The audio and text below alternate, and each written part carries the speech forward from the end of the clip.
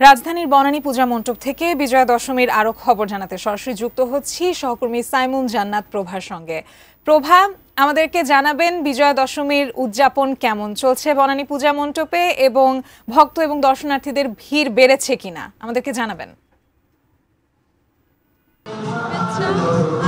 আজকে আমরা এখন আছি সকাল থেকে জানানোর চেষ্টা করছিলাম কেমন বিজয়া দশমী উদযাপন হচ্ছে এখানে, এবং আমরা শুনতে পাচ্ছি যে এখানে গানের আওয়াজ এবং কিছুক্ষণ আগেই ঢাকের তালে তালে সবাই নৃত্য করছিলেন এবং এখনো করছেন। দেখতে পাচ্ছি যে সবাই কিন্তু সবার মতো করে বিজয়া দশমী দেবী দুর্গাকে বিদায় জানানোর যে শেষ মুহূর্তটা এটা কিন্তু উপভোগ করছেন এবং তাদের কেউ কেউ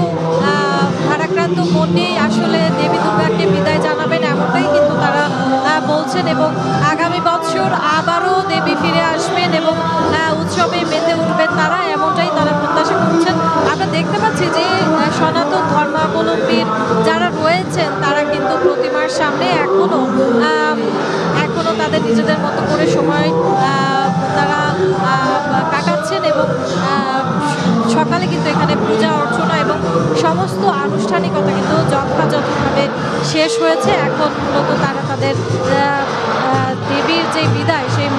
বিদায় মুহূর্তের আগের সময়টা কিন্তু তারা নিজেদের মতো করে উপভোগ করছেন। কিছুক্ষণ পরেই দেবীকে বিদায় জানানো হবে। দুর্গার যে প্রতিমা রয়েছে এটি কিন্তু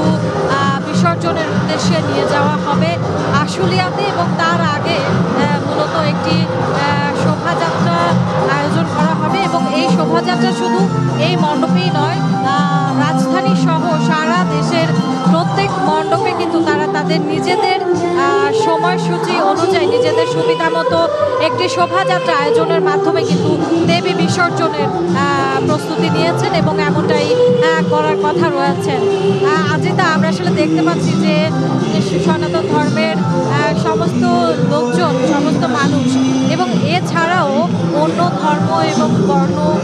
শ্রেণী পেশা নির্বিশেষে সবাই কিন্তু এই উৎসবে সামিল হয়েছেন এবং বাংলাদেশ যে ধর্ম বর্ণ নির্বিশেষে সবার জন্য সবার দেশ এবং ধর্ম যার যার কিন্তু উৎসব যে আসলে সবার, এই বার্তা কিন্তু বাংলাদেশের ইতিহাস এবং ঐতিহ্য বহন করে নিয়ে এসেছে বিগত দিনগুলোতে এবং এখনও কিন্তু সেরকমটাই চলছে। আজিতা, এই ছিল বনানী পূজা মণ্ডপ থেকে বিজয়া দশমীর